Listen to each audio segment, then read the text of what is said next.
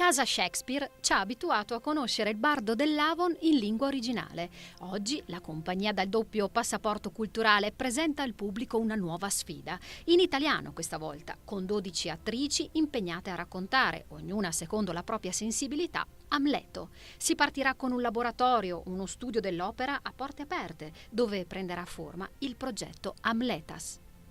Si sono prese la libertà e il piacere di studiare Amleto per 15 giorni. In questi tempi di rincorse in qualunque tipo di lavoro, il momento di stare in un testo e studiarlo non per un'immediata rappresentazione, ma per proprio un primo studio, una prima comprensione. 12 attrici insieme che hanno accettato di imbarcarsi in un'impresa titanica e innovativa. Esiste pure una leggenda nordica che racconta di come Amleto fosse in realtà una donna costretta ad essere uomo per motivi dinastici, ma in questo caso il genere è davvero l'ultimo dei problemi. Quello che dovrà emergere è la pienezza del mondo femminile a confronto con il testo per eccellenza. Faremo un incontro con il pubblico, una prova aperta di questo primo studio che sarà molto interessante perché ci sarà uno scambio di dialogo tra i personaggi e da questi usciranno delle scene, alcune interpretate, ma stiamo parlando vero di abbozzi di interpretazione e alcune in lettura. Un lavoro davvero straordinario, grazie a, voglio citarla, Sara Biacchi e in coproduzione con NOS